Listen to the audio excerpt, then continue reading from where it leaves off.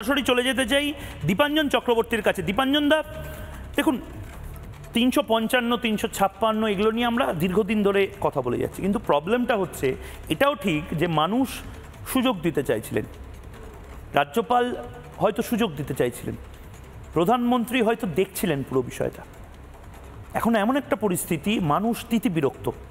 রাজ্যপাল, আমি জানি আপনার হয়তো অনেক রিজার্ভেশনস থাকতে পারে কেন মাননীয় রাজ্যপাল ব্যবস্থা নিচ্ছেন না, রেকমেন্ডেশন করছেন না, কিন্তু দীপাঞ্জন দা, আমরা নেপাল নই, আমরা বাংলাদেশ নই, আমরা ভারত, এবং ভারতের সৌন্দর্যতাই এটা গণতন্ত্রের যে এখানে অনেক সুযোগ দেওয়া হয়।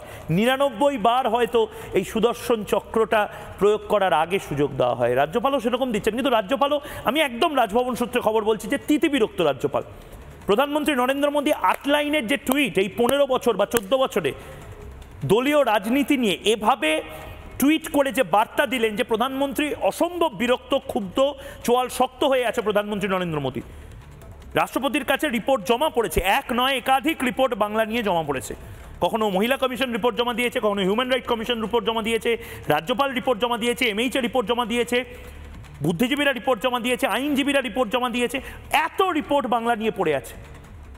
বোধহয় এবার মমতা বন্দ্যোপাধ্যায় নিজে পরিসরটা তৈরি করে দিচ্ছেন 355 বা রাষ্ট্রপতি শাসন জারি করা, 355 বা 56 ধারা সংবিধানের, সেটা জারি করে ভোটটা করানোর যে অ্যাম্বিয়েন্স, যে ক্যানভাসটা, সেটা বোধহয় মাননীয় মুখ্যমন্ত্রী নিজে এবার জারি করে দিচ্ছেন।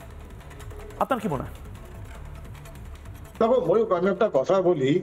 আমি শুনছিলাম সিইওকে যা বলছেন যে ভাষায় টিভি ক্যামেরার সামনে যে বেড়ে খেলবে, এটা ভাবা যায়? সংবিধানের শপথ নেওয়া এই বাংলার মুখ্যমন্ত্রী। রাজনৈতিক ব্যাপারে লোকের দ্বিমত থাকতেই পারে, কিন্তু বিধান রায় থেকে বুদ্ধদেব বাবু অব্দি বাংলায় এতগুলো মুখ্যমন্ত্রী দেখেছেন, এইসব ভাষা কথা বলতে শুনেছে? যার রাজনৈতিক ক্যারিয়ার জয়প্রকাশ নারায়ণের মতো ব্যক্তির গাড়ির ওপর নেচে শুরু হয়েছিল। আবার এই সেই কলকাতায় আমরা শুনেছিলাম না, বেদি ভবনের ঘটনায় এক সিনিয়র আইপিএস কে নাকি কামড়ে দিয়েছিলেন, তো উনি তো এই ভাষাতেই বলবেন। এখন ব্যাপারটা হচ্ছে যে তুমি সংবিধানের কথা বলছো, গণতন্ত্রের কথা বলছো, সংবিধান তো পরিষ্কারভাবে তো আমাদের অধিকার দিয়েছে গণতান্ত্রিক আমাদের ভোটাধিকার প্রয়োগ করার। বছরের পর বছর এই মহিলা এবং তার এই গুন্ডা বাহিনী তারা বাংলার মানুষকে বঞ্চিত করছে। মানুষের প্রাণে বেঁচে থাকার অধিকার তার সংবিধান স্বীকৃত মৌলিক অধিকার।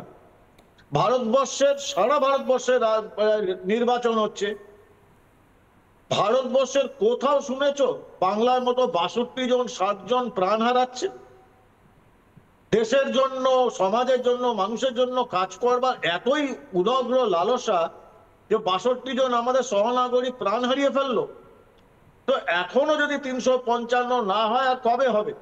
তুমি বলছিলে, আমি শুনছিলাম, কিন্তু বিএলএরা কালকে যদি লোকে রাস্তায় নামে, আমি আজ সত্যি সত্যি বলতে চাই, যেরকম ভাবে একজন সাংসদকে মেরে ফাটিয়ে দেওয়া হলো তার মুখ, তারপর উনি যেরকম নোংরা ভাবে বলছেন যে ডায়াবেটিস হয়েছে, এমন কিছু নয়।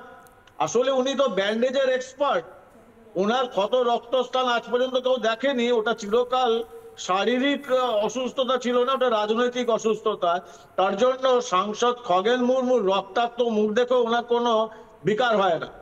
আর উনি সিইও করতে চান আল কায়েদার ওই আনসারুল্লাহ বাংলার জসিমউদ্দিন রহমানিকে উনি সিইও করতে চান।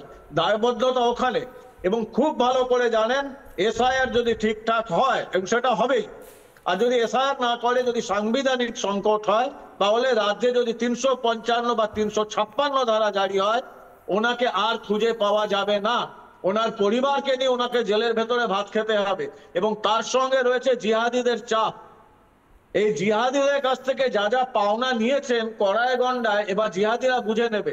তার জন্য এই চাপে উনি দিশেহারা। না, এগুলো তো এক ধরনের কথা বলছেন দীপাঞ্জন চক্রবর্তী, এগুলো আমি বুঝছি, কিন্তু আমার বেসিক একটা কথা জানেন তো, আমি একটা বাইট শোনাতে চাই।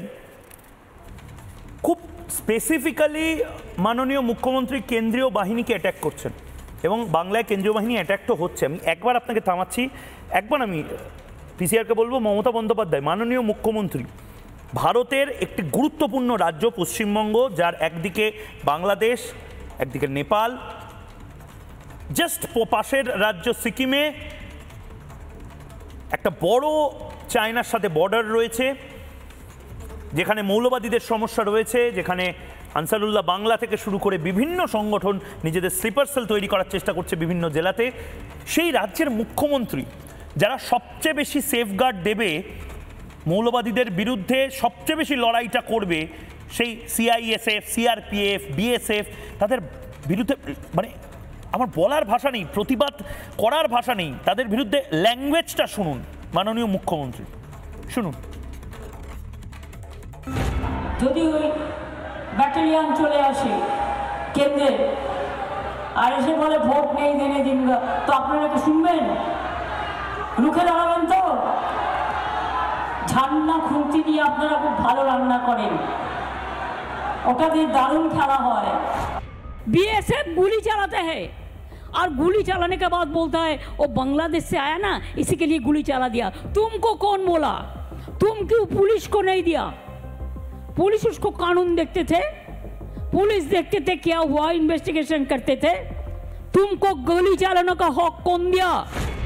बॉर्डर एरिया बीएसएफ काके काके हाथ করেছে এবং কিছু বাচ্চা ছেলেকে 5,000-6,000 টাকার বিনিময়ে ইট ছুড়িয়েছে।